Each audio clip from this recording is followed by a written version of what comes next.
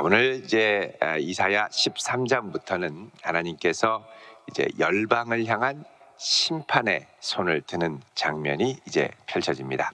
그래서 13장과 14장은 이제 바벨론에 대한 경고가 나오고 15장을 보면 그리고 이제 14장 끝에 보면 블레셋에 대한 심판 28절부터 나오고 15장은 모압, 16장도 모압, 또 17장은 다메섹, 그리고 18장은 구스, 19장은 애굽, 그리고 20장은 이제 아수르, 또 21장은 다시 바벨론, 또 두마 아라비아, 뭐 이렇게 해서 이제 열방에 대한 심판이 계속해서 등장을 합니다. 자, 그런데 오늘 이제 13장에 나오는 이 아모스의 아들 이사야가 1절에 바벨론에 대하여 받은 경고다 이렇게 얘기를 합니다. 상당히 당황스러운 표현입니다. 왜 그러냐면 여태까지 북이스라엘과 남유다를 위협하는 세력은 아수르였기 때문입니다.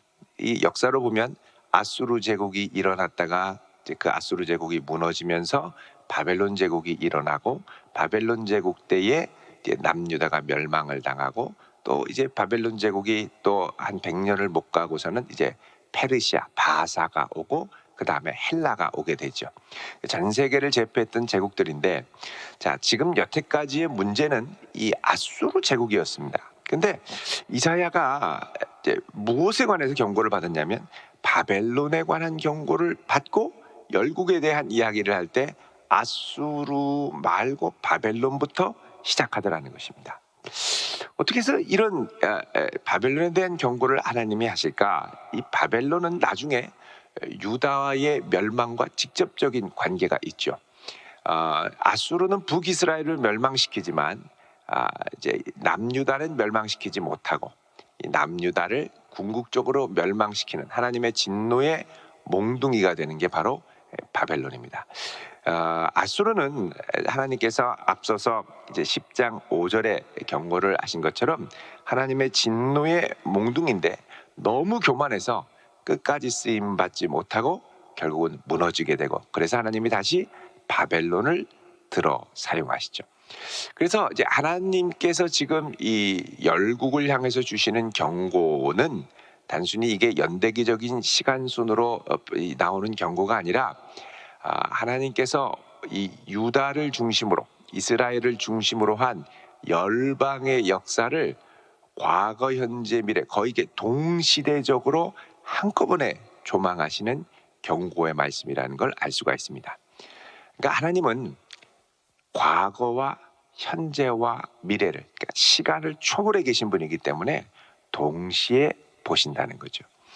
이렇게 볼 때 우리가 이사야가 받은 소명, 6장에 나오는 이사야의 소명의 총체적인 그림과 또 여태까지 이 이사야의 소명이 이루어지기 위해서 하나님이 징조로 주시는 한 아기, 7장의 임마누엘, 8장의 마할살랄 하스바스, 또 9장에는 전능하신 하나님, 영존하시는 아버지인 한 아기, 11장에는 이세줄기에서 나오는 한 싹으로 궁극적으로 이루어질 하나님의 나라의 끝이 어떻게 되는가를 동시에 조망을 할 때 입체적인 그림이 그려질 수가 있습니다. 자, 여러분 이사야 6장을 보시면요.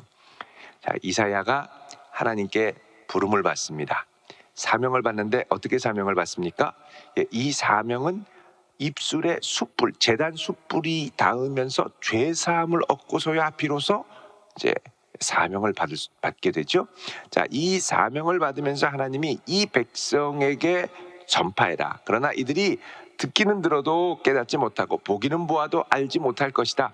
그러면서 하나님의 아주 장기적인 계획, 열방을 계획하는, 이 열방을 통해서 이스라엘을 구원할 계획을 말씀하시는데 그건 뭐냐 하면 11절에 성읍은 황폐하여 주민이 없고 가옥은 사람이 없고 토지는 황폐하게 될 것이다. 자, 이게 이제 유다의 멸망을 이제 직접적으로 표현한 것으로 볼 수 있습니다. 그렇게 된 다음에 이들이 하나님께서 사람을 멀리 옮겨서 이 땅 가운데 황폐한 곳이 많을 때까지, 그러니까 여기에 유다 땅에 포로로 잡혀가서 포로로 다 나가서 유다 땅도 황폐해질 때까지, 그리고 13절에 10분의 1이 남아 있을지라도 이게 황폐하게 될 텐데, 그러니까 이 포로가 남아있는 이 땅도 황폐하게 될 텐데, 다 배임을 당해도 거룩한 씨가 그루터기로 남아서 가지 사람, 나사렛, 넷제르라고 그랬죠. 나사렛 사람으로 이제 새로운 구원의 역사가 일어날 것이다 라고 약속하셨어요. 이게 이제 이사야가 받은 함축적인 구원의 소명에 관한 이야기입니다. 자, 이 이야기를 하시고 이제 열방을 향한 하나님의 계획을 얘기하실 때 이 역사의 중추적인 역할을 하는 이 바벨론에 대한 경고의 말씀을 하시는 것이죠. 이 이세의 뿌리 나사렛 사람, 넷제르, 가지 사람이 이제 나중에 등장을 하면서 이게 이제 핵심 가운데 등장하게 되는데, 여러분 참 이제 암시적으로 나타나는 게 이제 12장 2절에 보면 보라 하나님은 나의 구원이시라 이렇게 됐거든요. 이게 나의 구원이시라 그러면 이제 이 구원이 예슈아트 아니 이렇게 돼 있습니다. 나의, 아니라는 말은 나의, 그리고 구원이다, 예슈아 이렇게 돼 있습니다. 예슈아는 이제 이게 히브리어가 예슈아고 헬라어로 하면 예수수가 되고, 이게 우리말로 하면 예수가 됩니다. 여호와는 나의 예수가 되시니, 이런 말이죠. 예수님이 태어날 때 뭐라 그럽니까?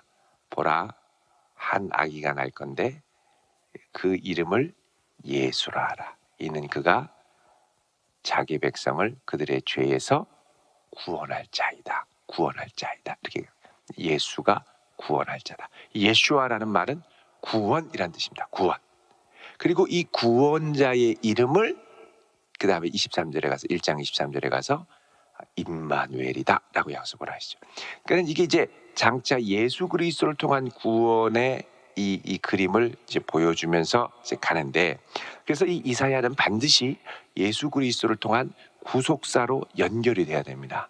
그렇지 않고 이사야로 그 당시에 아수르 지역만을 생각을 하다 보면 연결이 안 됩니다. 자, 이 아모스의 아들 이사야가 오늘 다시 본문 13장으로 와서 바벨론에 대해서 이야기를 합니다. 바벨론은 이사야가 소명을 받을 때, 말씀을 받을 때는 사실 이제 신생 국가였습니다. 라이징 컨트리, 이제 막 올라가는.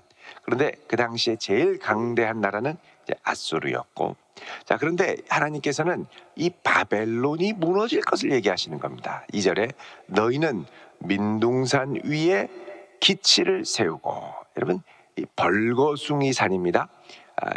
그도 그럴 게 우리나라처럼 소나무가 가득한 게 이 지역의 산이 아니고, 이 지역의 산은 그냥 이렇게 민둥산들이 참 많았습니다. 전쟁을 하는 언덕들 이런 게 많이 있었죠. 근데 이제 특별히 이 산은 이제 우리는 보통 산 그러면 시온산 이렇게 생각하는데, 이 바벨론을 중심으로 했을 때 이 바벨론의 이제 동쪽에 경계가 되는 메소포타미아 지역의 동쪽 경계가 되는 그래도 꽤 큰 이 산맥이 있습니다. 이게 이제 자그로스 산이라고 얘기를 하는데, 이 자그로스 산의 이 중심에 있어 이제 큰 전쟁들이 많이 일어났죠. 자, 이 민둥산 위에 깃발을 세우고 소리 높여 그들을 부르며, 자, 여기 그들은 누구냐면 바벨론을 무너뜨릴 군대를 말합니다. 바벨론을 무너뜨릴 군대를 부르고 손을 흔들어 그들을 존귀한 자의 문에 들어가게 하라 그러죠. 내가 거룩하게 구별한 자들, 하나님의 군대들에게 명령을 하고 나의 위엄을 기뻐하는 용사들을 불러 나의 노여움을 전하게 하느라. 자, 하나님이 이 바벨론 군대, 바벨론을 심판하시는 이유는 뭐냐? 바로 이들의 교만이라는 겁니다. 교만. 여기 보면 11절에 이렇게 말씀하죠. 내가 세상의 악과 악인의 죄를 벌하며, 그 다음에 교만한 자의 오만을 끊으며 강포한 자의 거만을 낮출 것이다. 그러니까 이제 바벨론도 처음에 시작은 미약하게 시작하면서 겸손하게 쓰임 받다가 나중에는 어떻게 되느냐? 교만해져서 하나님 앞에 버림을 받는다는 거예요. 그래서 여러분, 항상 사람이 시작할 때는 참 겸손하게 시작하는데 마지막이 꼭 문제가 됩니다. 교만하게 끝나는 거죠. 교만하게. 하나님이 은혜로 주신 것을, 교만은 뭡니까? 내가 한 것으로 바꿔버리는 게 교만입니다.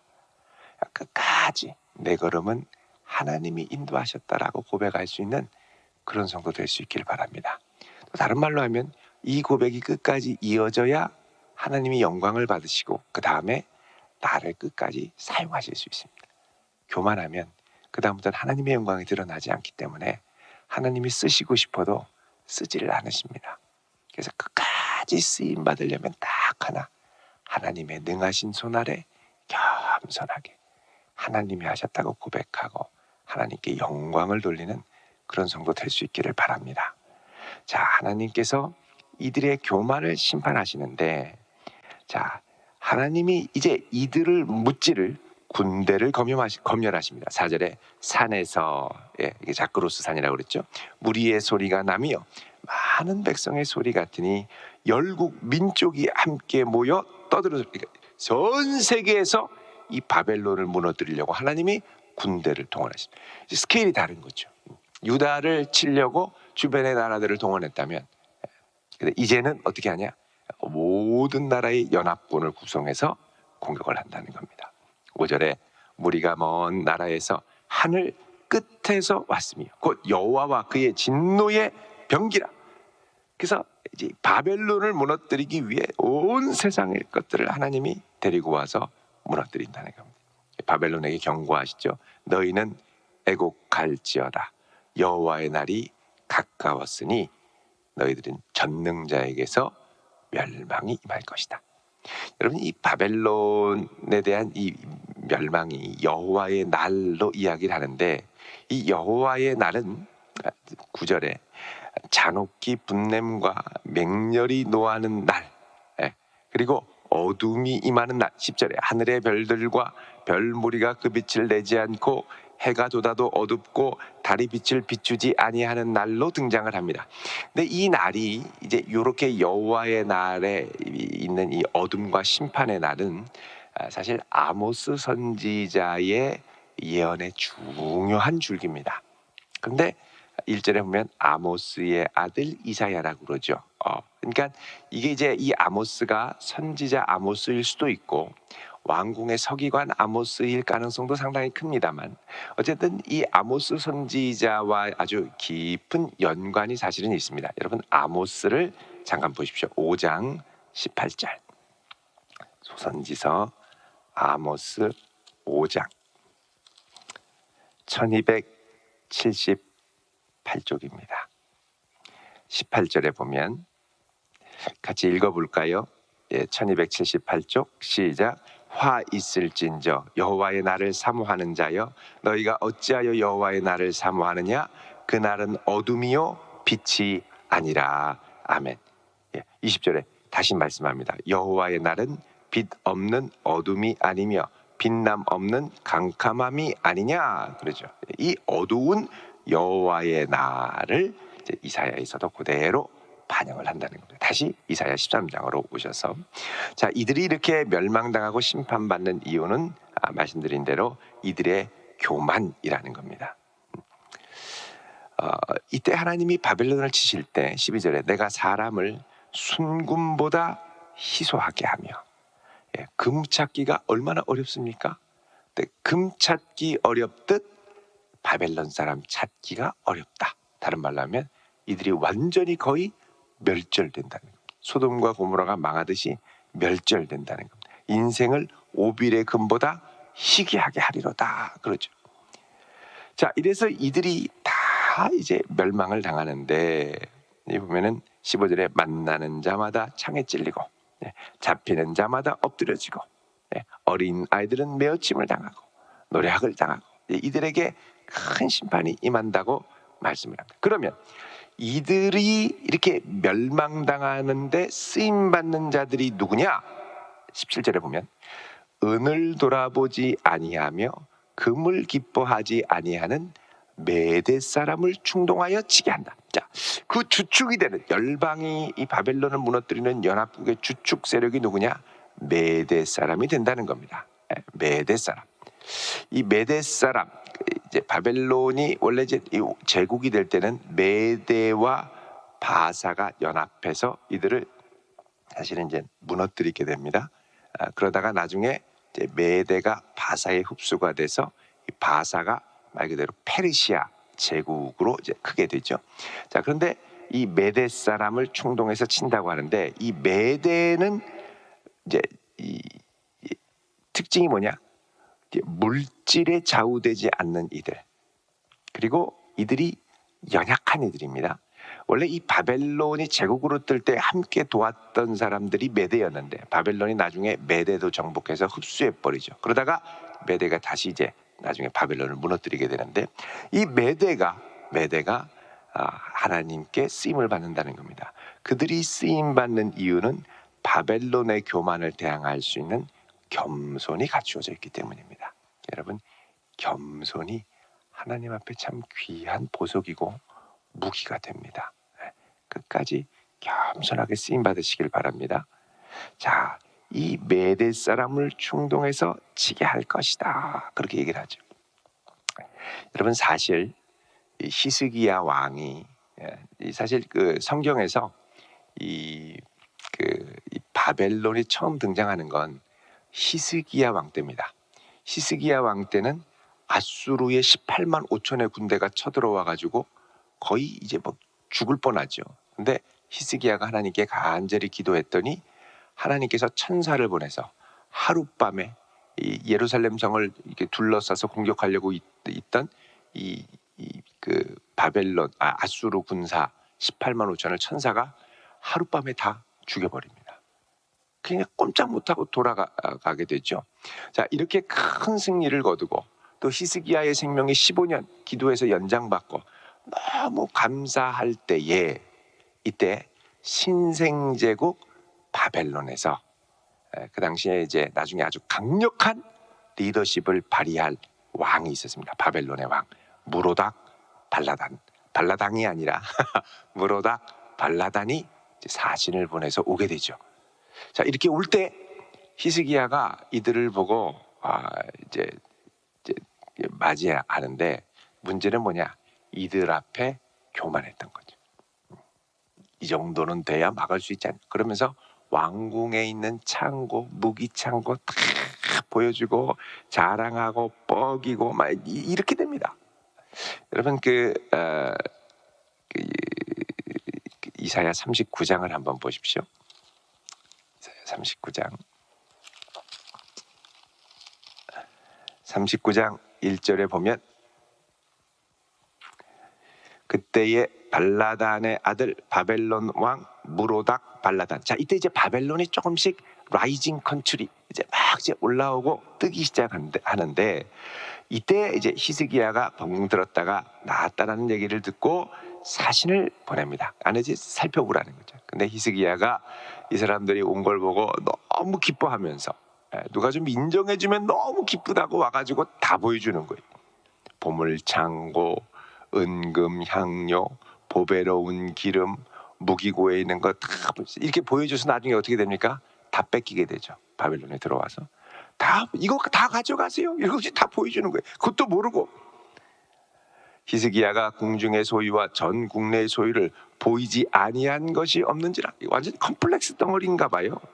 자랑하고 뻐기는데 완전히 올인한 거죠. 이걸 보고 이사야가 왜 다 보여주냐는 거예요. 왜 다 보여주냐.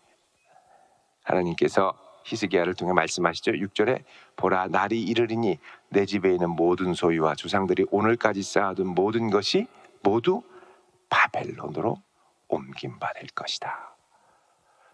이게 교만으로 무너지는 겁니다. 그래서 사실은 하나님께서 히스기야에게 기대했던 게 뭐냐? 하나님의 능력으로 18만 5천이 무찔러지고 또 하나님의 능력으로 15년 생명이 연장됐으면 그 다음엔 어떻게 해요? 다 하나님께 영광 돌리기 원해요. 하나님이 쓰신다고 하고 이렇게 가야 되는데 그러고서 막 다 보여주고 자랑하고 그러니 하나님의 마음이 아프시겠죠. 그래서 끝까지 쓰임 받으려면 겸손하게 끝까지 가야 된다는 겁니다. 근데 이제 바벨론이 이렇게 와서 이걸 보고 이제 전세를 판단하는 거죠. 자, 바벨론이 나중에 이 유다를 정복하고 그 다음에 바벨론도 안타깝게도 똑같이 교만해지게 됐습니다. 그래서 하나님께서 이들을 아주 연약한 메대 사람을 다시 일으켜서 무너뜨리는데, 이때 무너지게 되면 이 바벨론이 19절에 소돔과 고모라 같이 되고, 소돔과 고모라 같이 완전히 황폐하게 된다는 겁니다. 이때 21절에 들짐승이 엎드러지고 부르짖는 짐승, 이거를 이제 원문을 이렇게 해서 직역해서 보면 부엉이에 가깝습니다. 부엉이, 밤에 부엉부엉 울지요. 부르짖는 짐승이 그들의 가옥에 가득하고 타조가 거기에 깃들이고 들량이 거기서 뛰고, 완전히 이제 황폐하게 된다는 겁니다. 사람이 안 살고 그때가 가까우면 그의 날이 오래지 아니하리라 약속을 합니다. 자, 이거 보면 하나님께서는 우리 인생을 현재로만 보는 게 아니라 미래와 과거를 동시에 보시고 인도하시는 분임을 우리가 알 수가 있습니다. 그래서 우리 앞에 보이는 위기가 다가 아니고, 이 위기를 내가 어떻게 다루느냐에 따라 그 다음에 더 큰 위기가 올 수 있고 더 큰 위기를 막을 수도 있습니다. 또 하나는, 왜 하나님이 이런 나라와 만나게 하시지? 왜 하나님이 이런 사람과 만나게 하시지? 대단한 사람도 아닌데, 여러분, 그 사람을, 나그네를 아주 존귀하게 극진히 대접을 하면 그가 나중에 하나님 앞에 어떻게 쓰임받았는지 모르죠. 이렇게 해서 뭘 이루어가느냐? 합력하여 선을 이루어가게 된다는 겁니다. 그래서 우리가 우리의 걸음 가운데 하나님이 예비하신 사람들, 하나님이 예비하신 사건을 앞에 둘 때는 항상 어떤 마음이 있어야 되느냐? 겸손하게 이걸 통해 하나님이 어떤 뜻을 이루려고 하실까? 그거를 믿음으로 바라보며, 전능하신 하나님을 바라보며 겸손하게, 절대 성급하게 판단하지 말고, 하찮게 얕보지 말고요. 또 하나, 자랑할 것도 없습니다. 겸손하게 하나님이 은혜로 주신 것을 인정하고 가야지. 내가 이렇게 했더니 이게 하나님 앞에 그렇게 덕이 안 된다는 겁니다. 끝까지 하나님이 하신 건 하나님이 하신 것으로 인정하고 영광 돌릴 수 있는 성도 될 수 있기를 주님의 이름으로 축원드립니다. 기도하겠습니다. 거룩하신 아버지 하나님, 저희들의 인생 걸음을 붙들어 주시고 이 한 날도 하나님의 손길에 온전히 붙들림 바 되어 나아가게 하옵소서. 우리 앞에 닥치는 여러 가지 일들을 우리가 다 알 수 없사오나 끝까지 붙드시고 인도하시는 거룩하신 하나님의 손길을 신뢰하며 믿고 맡기며 나아가게 하시고, 어떤 사람을 만나든지 무슨 일을 당하든지 그곳에 겸손히 무릎을 꿇고 주 여호와의 능력과 권능과 함께 하심이 나타날 수 있기를 겸손하게 무릎 꿇고 구하는 그런 하나님의 백성이 되게 하옵소서. 이 한 날도 부족한 우리의 걸음을 통하여 온전히 하나님의 영광만이 드러나게 하여 주옵소서. 예수님의 이름으로 기도하옵나이다. 아멘.